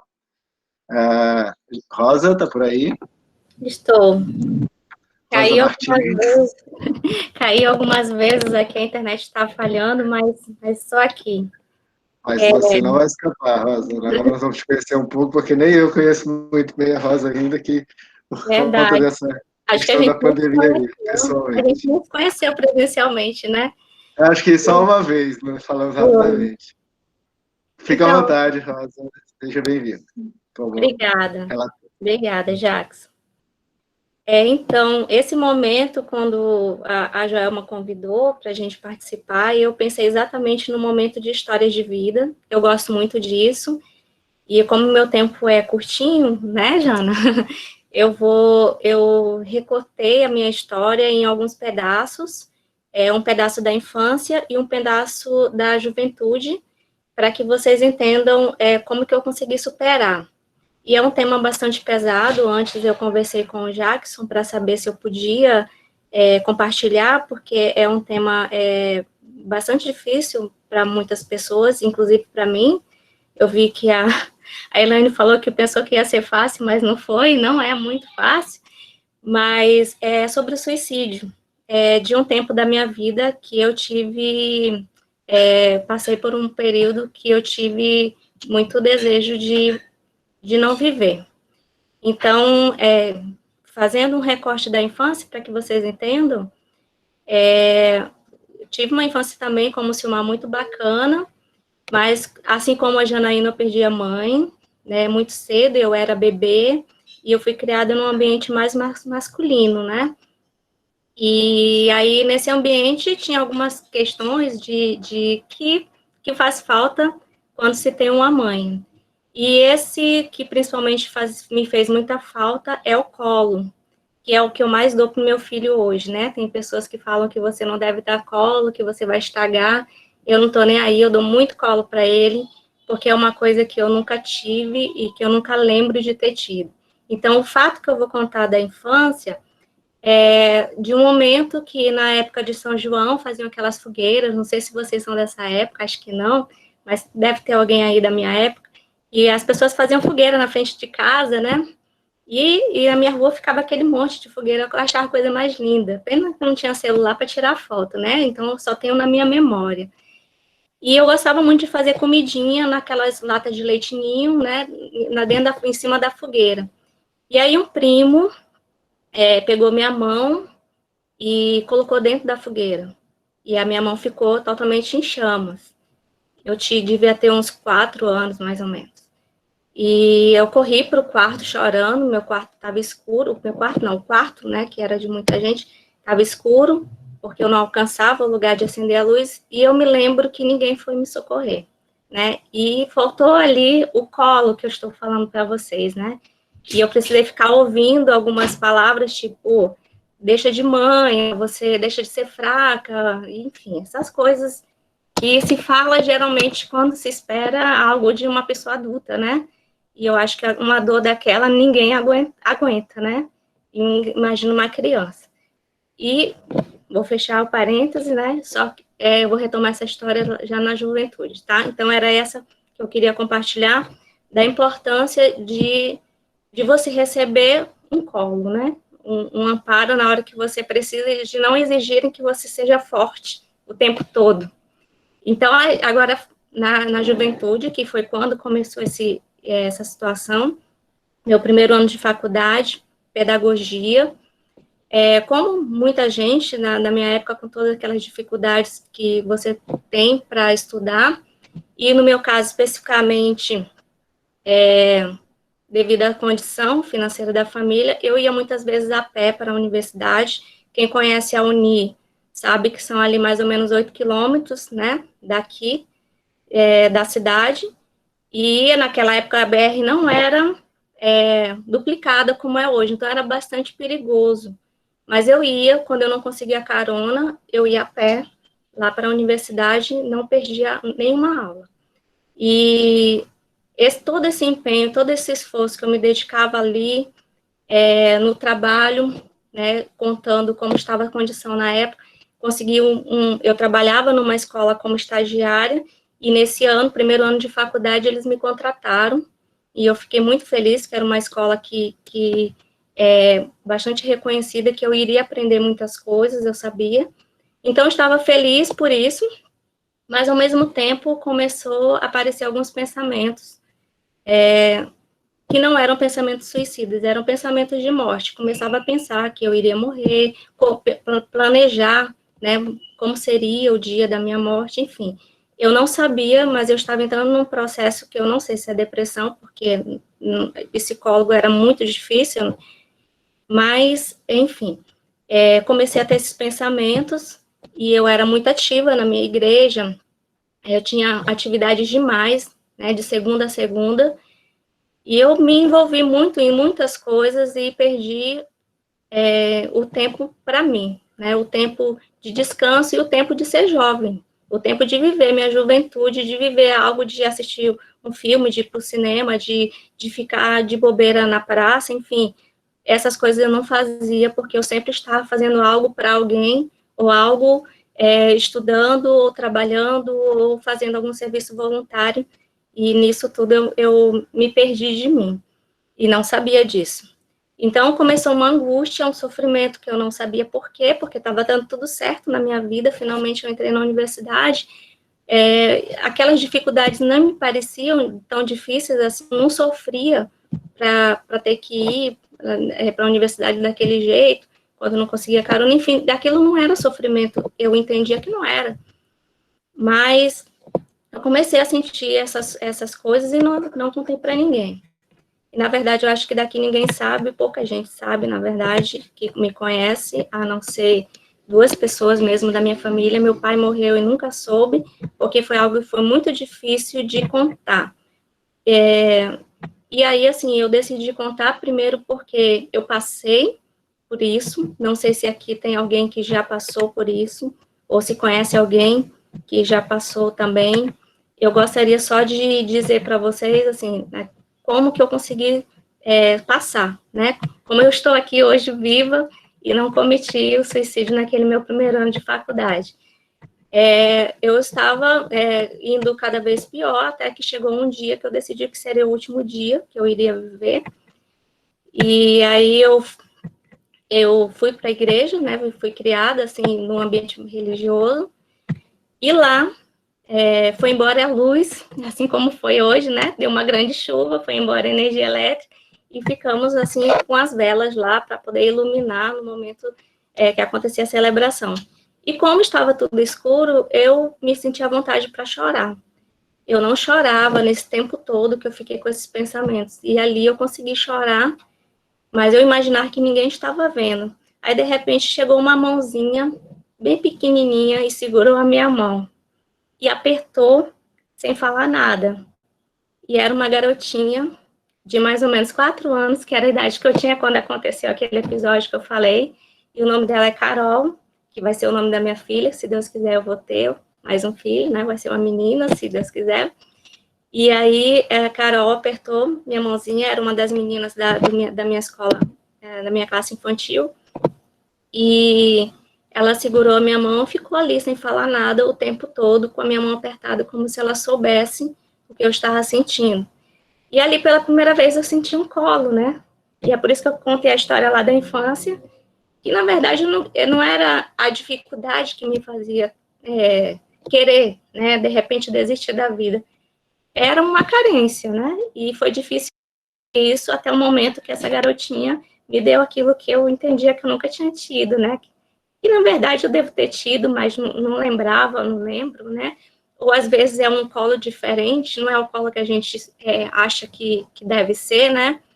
Mas era aquilo que eu precisava naquele momento para entender que a minha vida continuava, né? E que eu estava só começando a faculdade, e que eu tinha uma vida pela frente. E eu queria muito, muito, muito ser mãe. Muitas vezes eu nem pensava em casar, mas eu queria muito ter filho. Mas se eu morresse, eu não teria. Era uma das coisas que eu pensava, tipo, o que eu vou perder se eu morrer? Eu pensava, vou perder de ter filho. Então, assim, A Carol, ali por mim, eu acredito, e foi usada por Deus para me ajudar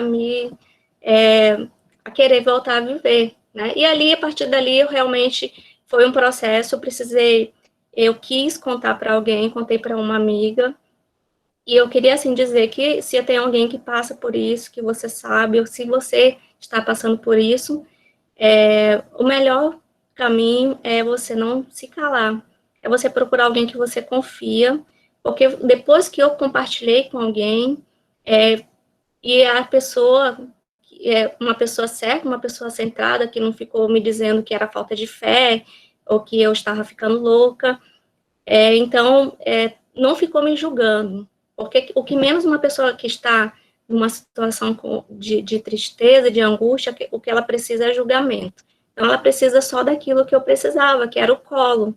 Então, era isso, e a partir daquele momento que eu também compartilhei, eu fui começando a melhorar, ainda fiquei 1 ano, indo e voltando, né, ainda lutando contra aqueles pensamentos, mas superei, né, graças a Deus, e hoje, assim, amo muito minha vida, amo muito a vida que eu tenho, amo muito ser mãe do Daniel, e não imagino a minha vida sem ter vivido o que eu vivi até aqui, e a cada dia eu sei, quando amanhece, que tem um novo dia, e que eu fico muito feliz de poder desfrutar. Eu tenho uma relação diferente com o amanhecer, porque eu já pensei muitas vezes que eu não amanheceria. Então, para mim, cada dia é um recomeço, cada dia é uma nova oportunidade, que não é a dificuldade que vai nos vencer. Eu ouvi a história dos meus colegas, do professor Silmar, do Jorge,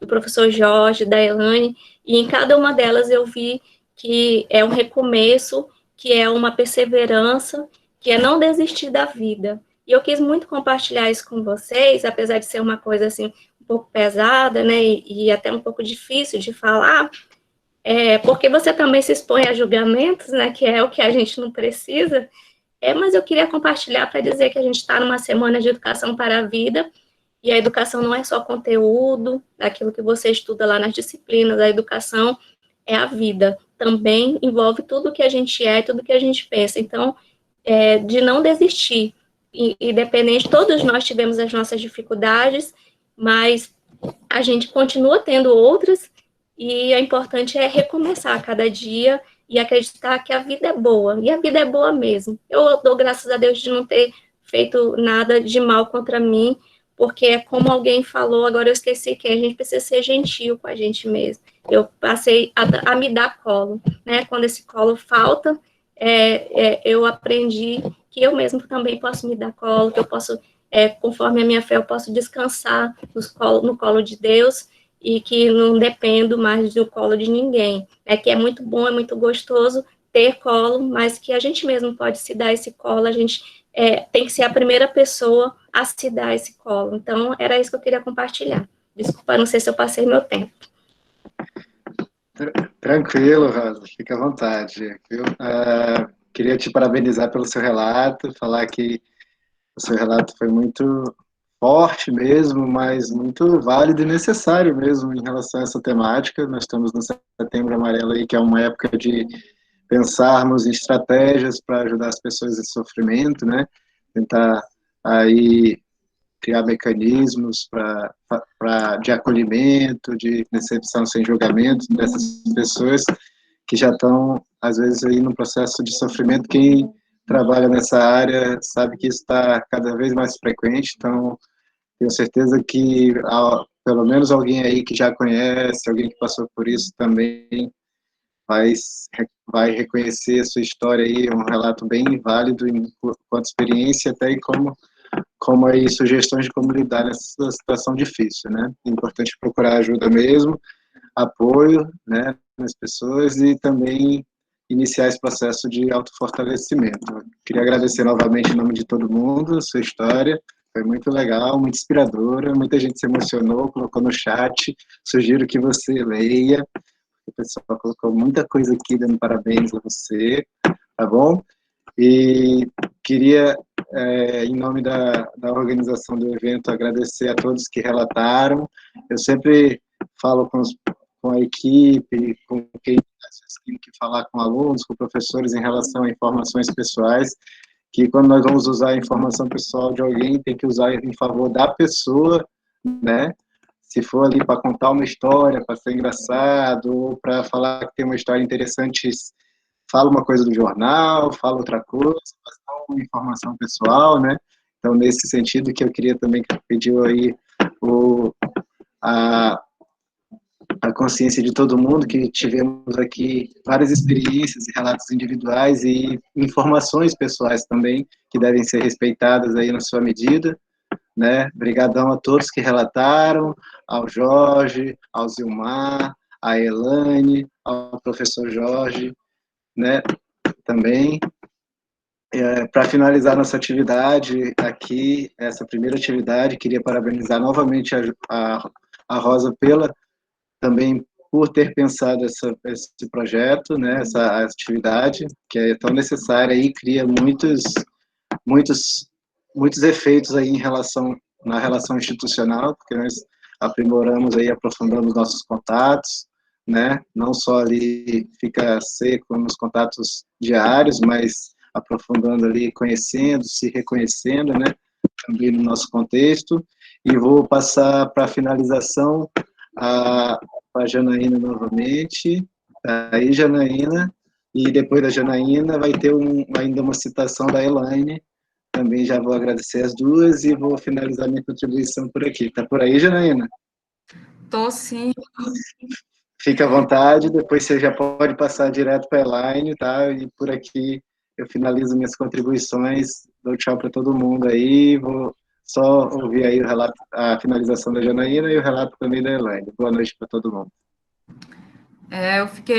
Confesso que eu sabia que essa atividade seria muito legal, muito interessante, muito necessária, mas eu não estava preparada, assim, para tanto, sabe? Então, eu fiquei bastante sem palavras e muito emocionada, né, com o que a gente teve aqui essa noite, e lembrando que eu vou passar já para minha amiga, que eu tanto admiro, para a Elaine, para que ela possa recitar um poema para nós, né, eu realmente fico sem palavras, e quero agradecer, né, a presença e a participação de todos, agradecer pela escuta, agradecer pela empatia, por todos esses comentários lindos que eu fui acompanhando pouco a pouco, né, agradecer essas pessoas incríveis que vieram aqui contar um pouco das suas histórias,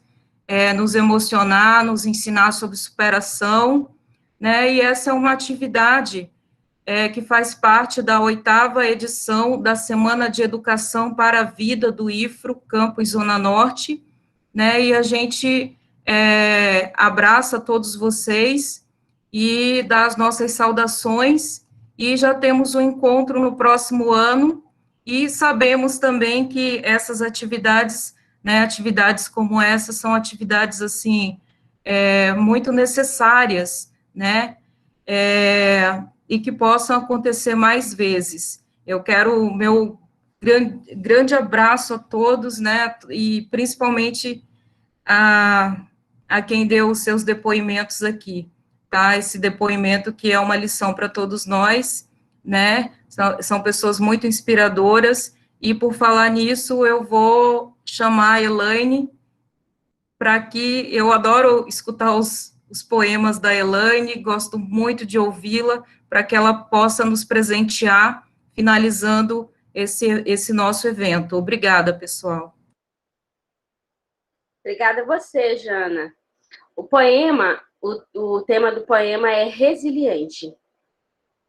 Um dia alguém me disse que eu era feia, que ninguém jamais iria me querer. Um dia alguém me disse que meu corpo só seria tocado por um louco noiado em uma calçada qualquer.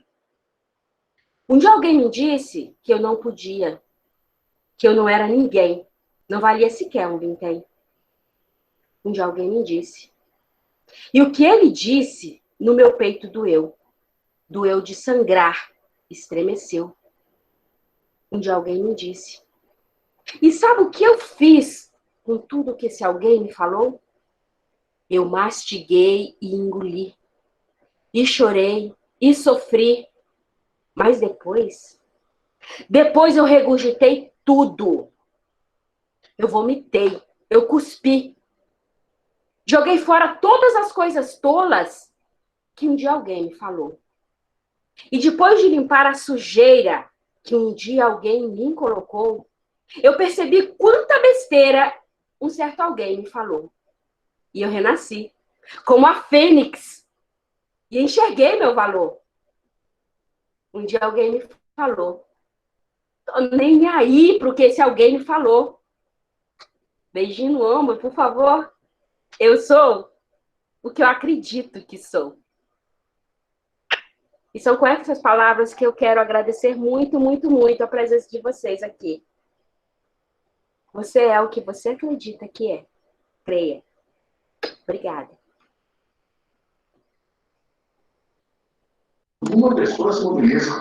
Obrigado, boa noite a todo mundo. Queria agradecer.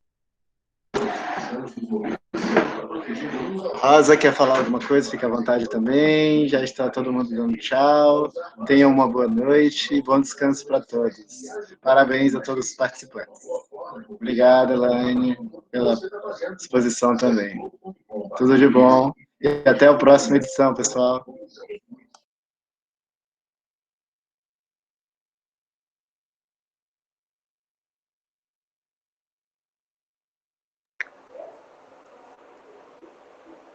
Ok, a todos. Obrigado. Agora